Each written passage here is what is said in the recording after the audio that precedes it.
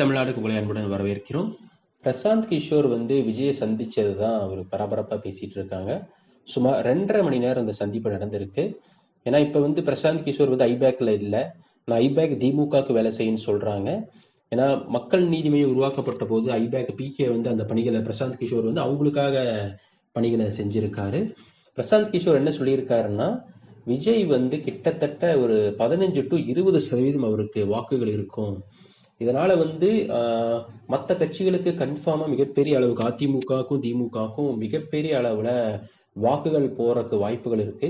அது மட்டும் இல்லாம விஜய் வந்து பர்ஃபெக்டா இறங்கி வேலை செஞ்சோம்னா நிச்சயமாக ஒரு மிகப்பெரும் சக்தியா உருவாகலாங்கிற மாதிரி சொல்லியிருக்காரு. ஏன்னா பக்காவா ஒர்க் பண்ணும்போது அந்த வாக்கு சதவீதம்ங்கிறது 20-25 வரைக்கும் போகும், இந்த மாதிரி சொல்லியிருக்காரு.